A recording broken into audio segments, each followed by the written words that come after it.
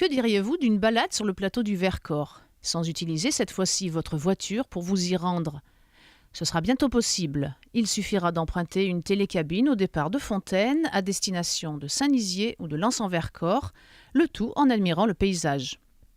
Marc Bayetto, avec le soutien de nombreux élus, a annoncé à la presse sa volonté de réaliser un téléphérique desservant ces 3 communes. Pourquoi ce choix de transport? Première raison, le lien entre la plaine et la montagne. Ça fait des années qu'on parle de ce lien que nous négligerions. Je crois qu'on affirme clairement que nous voulons vivre ce lien, nous voulons l'inscrire dans la réalité. Deuxième raison, c'est une question de solidarité entre les hommes.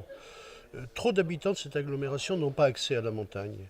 Le câble est un moyen de leur permettre d'aller dans des conditions économiques correctes, d'aller faire eux aussi leur promenade sur le plateau du Vercors et puis de permettre peut-être aussi aux habitants du Vercors de venir plus facilement dans la ville.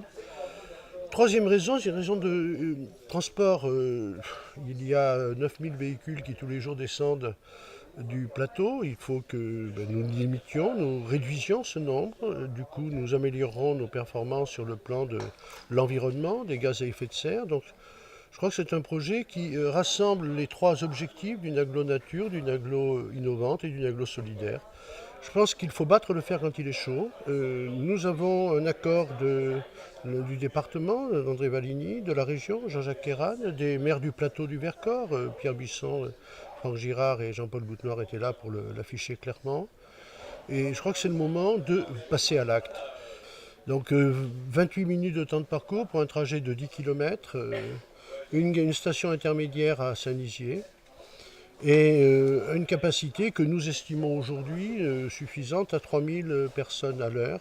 Je crois que la décision qui est prise aujourd'hui va dans le bon sens. C'est la concrétisation de ce que nous souhaitions et surtout c'est un moyen de répondre à une demande de la population de l'agglomération grenobloise et de la population du Vercors, tout simplement.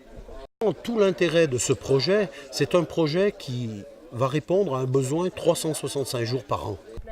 Ce que je souhaiterais, c'est qu'on puisse le mettre en service à la rentrée 2014, ce qui veut dire qu'il faut que les travaux aient commencé courant 2013, et donc nous avons un an pour avaler toutes les phases techniques et administratives nécessaires à la conduite d'un tel projet.